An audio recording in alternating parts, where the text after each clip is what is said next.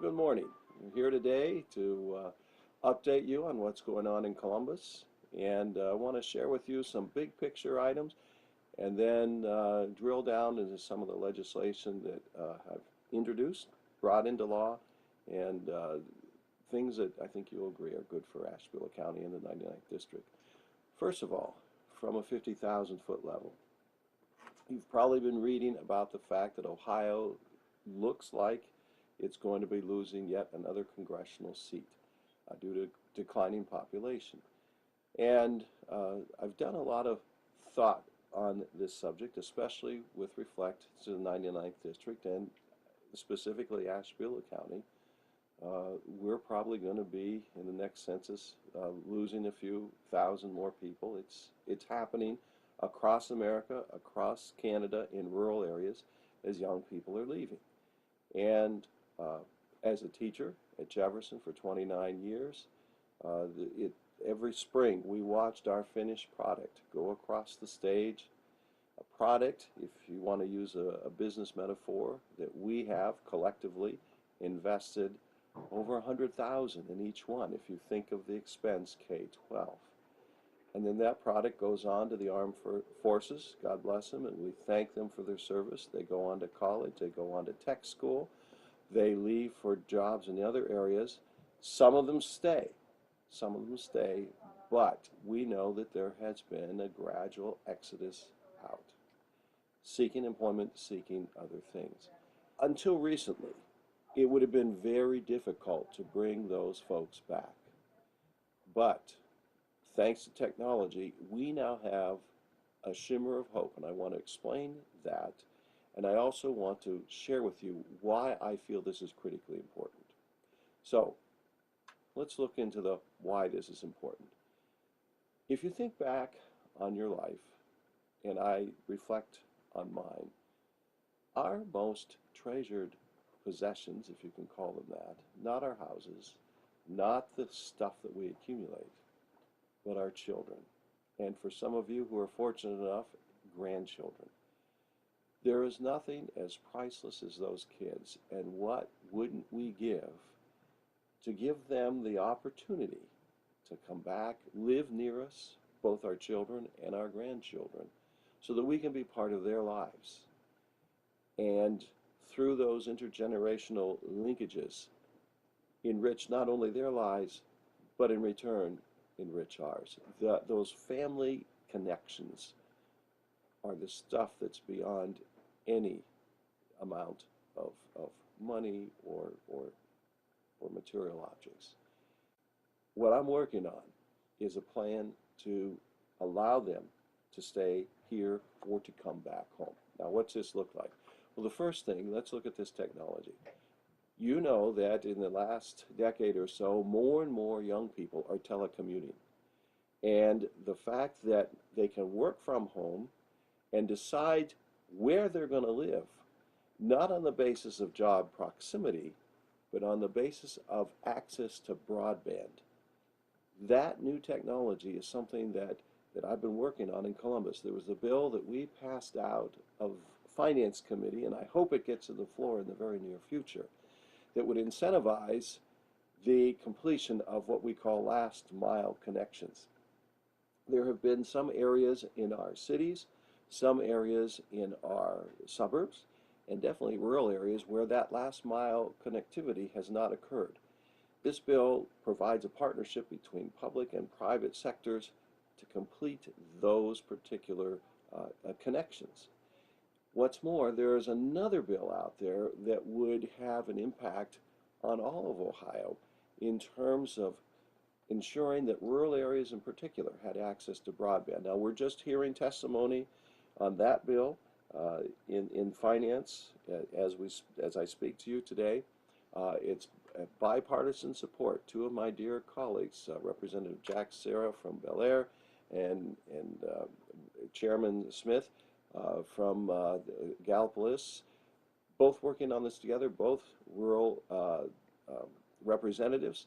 And the idea, of course, is to connect all of rural Ohio. How does that impact us? If our children and our grandchildren have the ability to work from home, then the question is, where do they want to live? Which leads me into my next two components. When people are deciding where to live, if a job is now no longer a factor in the equation, they will choose to live where there are excellent educational opportunities for their children. And this is why I've worked so hard to address the issue of adequate and equitable funding for all of our schools that also offers a thorough and efficient education. And a little bit later, I want to delve into the weeds of what I've been working on just recently to make that a reality. But the point of the matter is, excellent schools are something that we all seek. And you can ask any realtor when we're taking somebody around, one of the first questions that pops up, what school district is this in? We need to offer a world-class education, but quite frankly, it's going to take an investment on the part of the state, on the part of our local governments, and on the part of our citizenry. It will not come cheap. It will not come without a sacrifice. But again, I come back to the point, what would we give to have our children and our grandchildren come back or stay nearby? So I'll come back to education in a moment. The other component of this complete package to attract and retain our young people has to do with the quality of life. And I think we are uniquely situated right here in Northeast Ohio for that particular opportunity. And I want to give you some examples and things that my wife and I have taken advantage of recently and things that I'm sure some of you have as well. Now, if you're looking at the big picture, we have, and we just returned last evening from a performance at Playhouse Square. Love Never Dies. It's a broad part of the Key Bank Broadway series. Our theater district in Cleveland is only second to New York City in the United States. The museums we have in Cleveland, the Museum of Art, the Health Museum, the Natural History Museum, on a par with any of the great museums around the United States. Locally, if you think of what we have to offer in the terms of the performing arts, in Conneaut, in Ashtabula, in Chardon, and our museums that are here and active, offering the ability to have a local flair for the history and the preservation of our culture. Absolutely wonderful. So there's that particular component. When you think of too then our metro parks in both Ashtabula and Geauga County, and the fact that biking and the Ashtabula Bike Club is an excellent example of people who've come together to take advantage of those paved trails. There's a very active group in Geauga County as well. The hiking that goes with that, the whole connection to the outdoors, the preservation of the metro parks, and it's not just the trails, it's also the 3 scenic rivers that we have in Ashtabula County that afford kayaking opportunities and canoeing opportunities. And my goodness gracious, in the harbor last year, our 2 harbors, Conneaut and Ashtabula, it's possible to rent a kayak and enjoy paddling around on Lake Erie. There's also, I'm told, I just discovered this over the weekend, a kayak rental in Pymatooning. And my wife and I were down there on Friday afternoon just to enjoy some of the scenery. We took a walk near the cabins. I need to tell you this because this is timely. There is an eagle's nest under production, and when we were there, and it's near the cabins on the Ohio side, if you drive back down through there, we were able to see a bald eagle perched in a tree as we walked by quietly underneath. Absolutely priceless. It's those opportunities, the quality of life, the balance between industry and preservation, the greening of our fields in the springtime, the leaves of the fall with our covered bridges in that period of time, the winter scenes with the snow and the ice, how beautiful that is. It's our wineries, it's our covered bridges. It's all of this together. Quality of life we have been so wonderfully blessed. If you think about then too the unique positioning of Ashtabula County, we're a day's drive from half the population of the United States.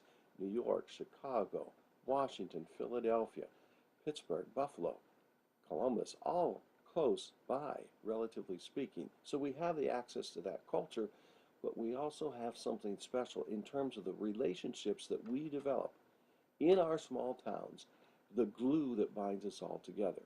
My point is this, in a comprehensive package, I feel that if we can bring broadband access and provide a world-class education and continue to respect and enhance our quality of life, we will bring back some of our young people, not all, but a good many of our young people, and rebuild ourselves from the inside out with the vibrancy, with the hope, with the imagination that will propel us forward into a new time.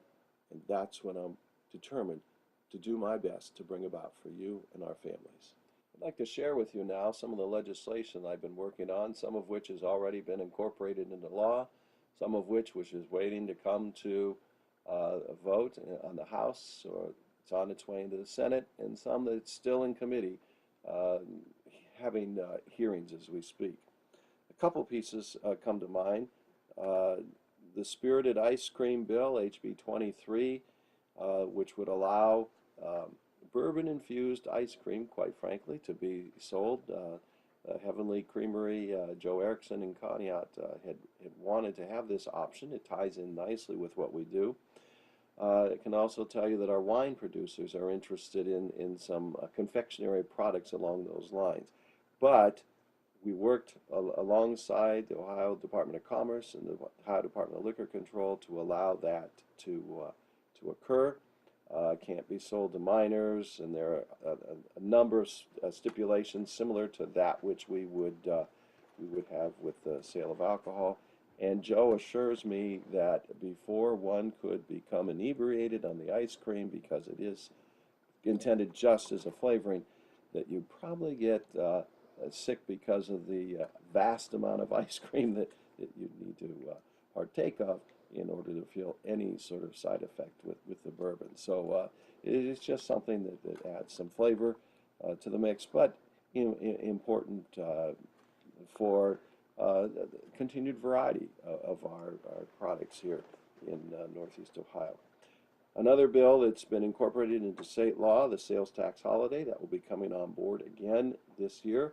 I had the companion bill to that in the House. It was part of the budget bill.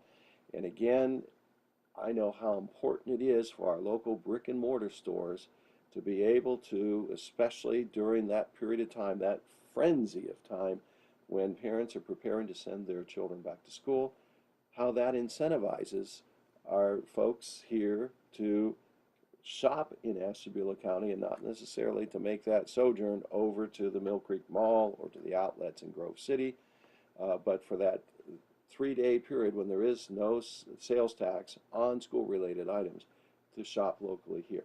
That's part of law, and you can be looking for that again this fall. A couple other pieces that are out of committee and waiting to be heard on the House floor. HB244, Alzheimer's Awareness Month, very dear to my heart. We have to begin to grapple with the fact that by 2030, a third of our population in Ashtabula and Geauga County is going to be 60 and older. And not only is it the 60 to 70-year-old crowd, but the ones who might be a little bit older than that, the challenges that they will face, that we will face, because I'm part of that group now, over 60, as we age and dementia, Alzheimer's sets in. It's a problem that with a growing population, we are going to have to address. And I wanted to raise that awareness with the recognition of that as a month so that we can really begin to have those conversations as the next few years and this decade continues to unwind. Is something that's critically important. Another bill that was passed out of committee, HB 323, has to do with the municipal garbage collection. This came to me especially from Jim Timonier in the city of Ashtabula. As a result of a law change, there was an oversight that cities who collect their own garbage could not aggressively pursue those collections if somebody reneged on their bill, and this HB 323 would allow them to operate as they had once before through the auditor's office to make those collections. The city of Asheville estimates it would be a $180,000 a year swing if they were unable to collect that, and with their budgets being razor thin at this point, felt it was important to have that opportunity and to have that tool in the toolkit. And so both City Manager Timonier and County Auditor Roger Corlett testified in favor of that bill. It was passed out of committee and it's waiting to go to the House floor. There was a bill that came to me from a constituent in Cherry Valley who wished to be buried in a family plot in a township cemetery. Problem is that some of these lots were purchased over 100 years ago. Families have moved away. Townships have been reluctant, even though they reach out to them, to try and determine ownership.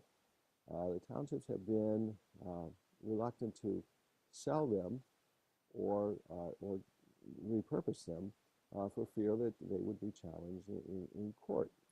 And so in the last budget, not this one, but the last budget, there was a correction bill that was passed so that cemetery lots which were sold after July of 1986 could be reused if the owners were contacted and decided to sell. They would get 80% of the value of the original purchase price or a mutually agreed upon price. Now, if the owner came out after the lot was sold, or if there was an issue, there was no recourse for lots sold before 86 in that legislation. So what my bill does, it takes that particular concept and extends it backwards so that, say that you had a lot or you knew of a family that had a lot that was purchased 100 years ago. Nobody's going to use it. The township has the ability to advertise for that if nobody comes forth. The township can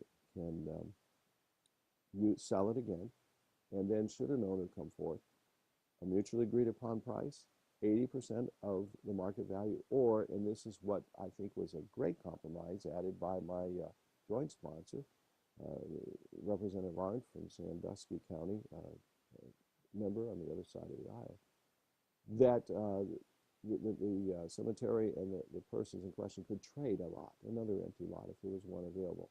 So you can buy it mutually agreed upon, 80% of market value, or you can make a spot. Here's why that's important. A lot of our townships are having challenges because these lots were sold and people are more fluid now, moving away, and the sale of those lots helps to, and the resale, I should say, add more money into the coffers for the maintenance of the cemetery. So it only made sense to allow them to use lots that would essentially be vacated. And this procedure then allows for protection for those original owners, for the townships, and for those who might wish to purchase some of those lots. So I would expect that bill should be voted out of committee in the next couple of weeks. Also, this week I have testimony coming up on riparian buffer strip bill. Concerned about, I am the water quality that's western Lake Erie Basin, and this bill would specifically target the western Lake Erie Basin that would incentivize farmers to create a permanent buffer strip, 35 feet to 100 feet along permanent waterways, streams, creeks, ponds, that sort of thing, in the western basin only. And the reason for this is that the permanent vegetation, and it cannot be invasive and it has to be maintained, could be trees, could be brush, also good for hunting, I might add. They've done this in Iowa and Minnesota, and it's been a very positively received program. The idea is water filtration. that these buffer strips during times of rain and snow runoff and such will filter the phosphorus out. Now, it's not a mandatory, repeat, not a mandatory program, it's incentivization. So that if those farmers are willing to give up this prime acreage right up to the water's edge, they pay zero property taxes on that. Now, some people might think, well, why are we giving them such a break? Well, clean water is something that we all value, and I think back, and if you can recall, the Toledo water crisis of the summer of 2013, when 400,000 people were drinking bottled water and essentially couldn't shower or bathe for a 3-day period because the Toledo water system was filled with microsystems from the green algae blooms. Point of the matter is, we all have an investment in clean water. So in order to incentivize, I offered the property tax waiver. And what's more, the local governments and the schools who would be losing that money would be compensated out of the General Revenue Fund from the state of Ohio. So I have that hearing in this week, as I mentioned. We'll see where that goes. Bottom line is, I'm concerned about balancing our need for agricultural production with environmental preservation. And with the world population due to reach 9 billion by 2050, we have to come to some sort of a balance between the reality of feeding the world and protecting the environment. In our last segment, I'd like to take a deep dive into education funding. A little background information, and I'll tell you what is absolutely cutting edge with what we're getting into. 4 years ago, I founded the Education Funding Caucus, a bipartisan, bicameral group dedicated to looking at how we fund public education.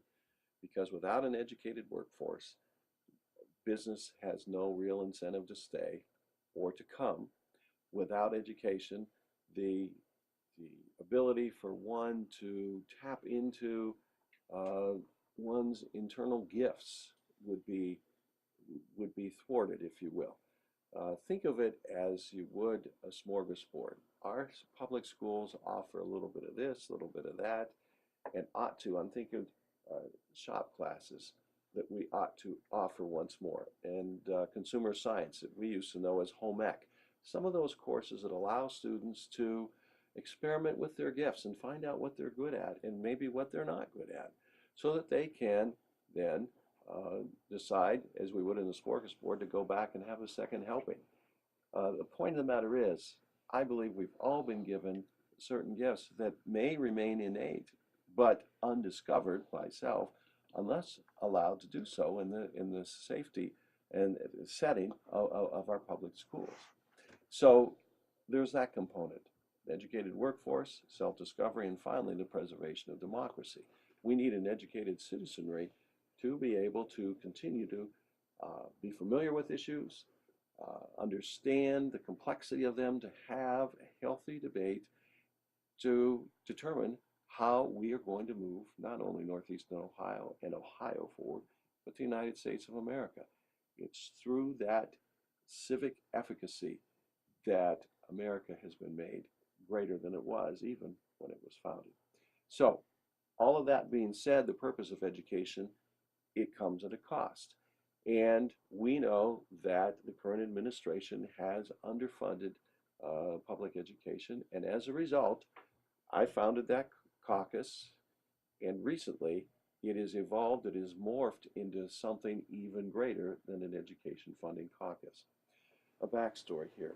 This year, this budget, I once again served on the primary secondary subcommittee on education funding, and we realized that the formula was broken. The last two budgets, education has been funded with what we call a residual, in a residual fashion. And by that I mean the governor and his staff predicts about how much money we're going to have to fund everything, and then whatever we have left gets stuck under education. It's kind of backwards. If you and I were going to plan something, we would figure out what it would cost first and then figure out how to fund it. Well, this is sort of what has happened, and that's how we've got into this box.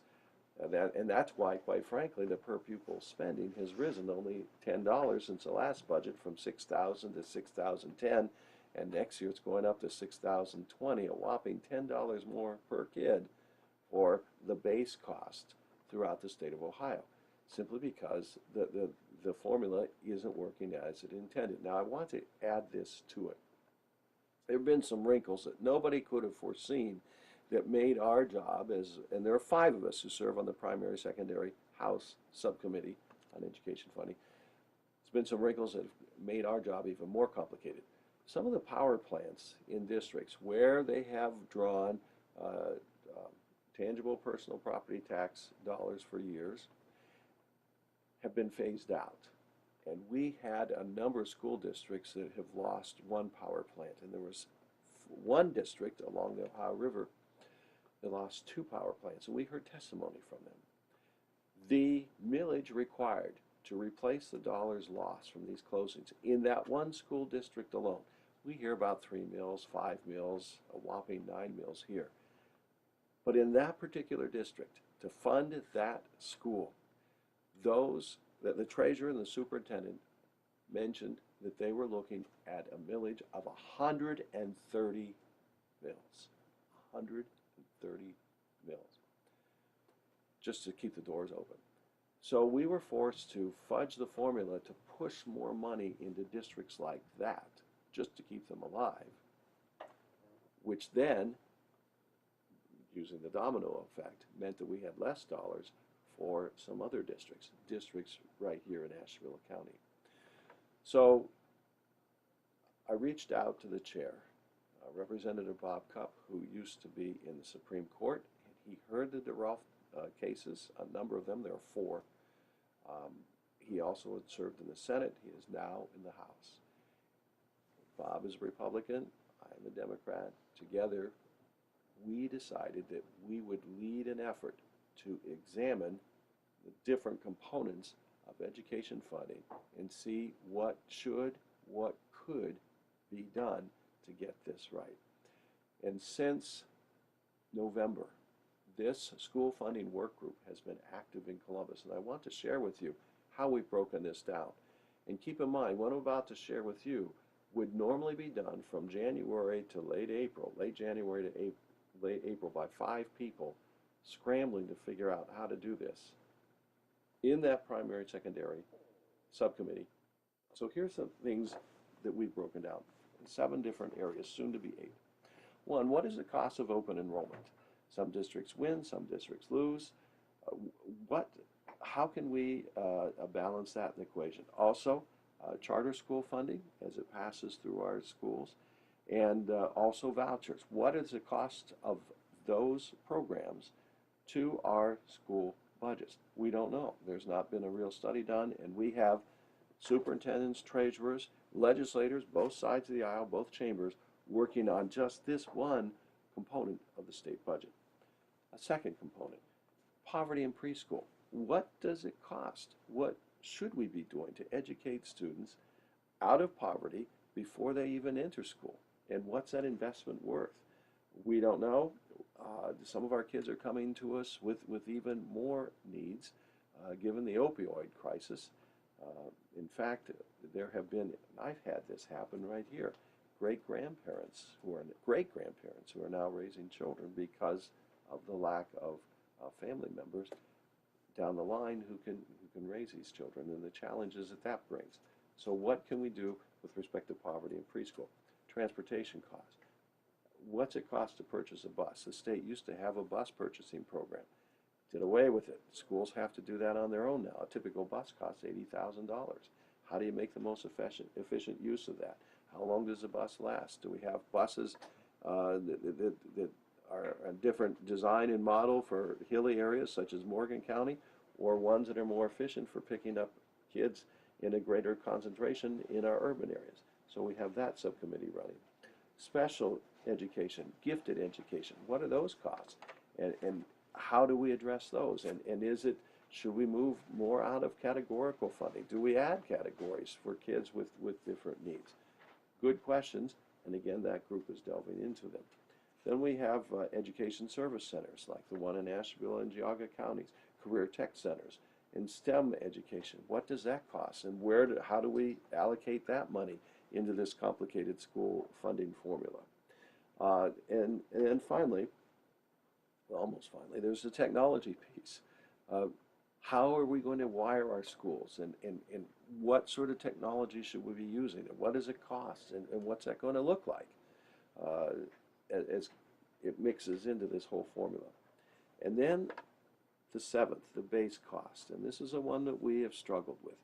What does it cost? And this is a committee, the subcommittee upon which I've spent a great deal of time. What does it cost to educate a typical student in a typical school? What are all the inputs? What's it cost to do business in a certain area? What are the labor costs? What are the transportation costs? I mean, how do we get this right? Because educating a student in Kanya, for example, and that cost is probably going to be different than educating a student in downtown Columbus. And how do we account for that? So the base cost group is critically important in this. And then the eighth, the one that we've added recently, we decided that we wanted the base cost people to do a pure analysis. Don't worry about what it's going to cost. Just tell us what it costs. The eighth group is the distribution side of things. How do we distribute funds statewide, given all these variables, in a fair and equitable and adequate manner? And we've got a group that's beginning to work on that. Now, my dear friends, I can't tell you that this is going to all come about in fruition. Our plan in a perfect world would be to have this comprehensive funding formula ready to go by this summer so that the next administration could use it in their planning. Also, by having it ready this summer, whoever's running for governor would campaign on it or against it. But the idea is to create that conversation so that we know what it indeed costs, what it ought to be in terms of the effort, overall effort, and how do we phase this in over a period of time, because it is going to be an incredible investment. But it is an investment in our most precious resource, our children. And it is about our future, it is about our economy, and it is about raising Ohio to a standard of excellence that is world class. And I take great pride in the fact that we have legislators from all over the state, both sides of the aisle, both houses, both the House and Senate, working on this, because they realize, my colleagues realize, how critical this is. I'll keep you updated on that, and until the next time, I bid you adieu, and keep in touch.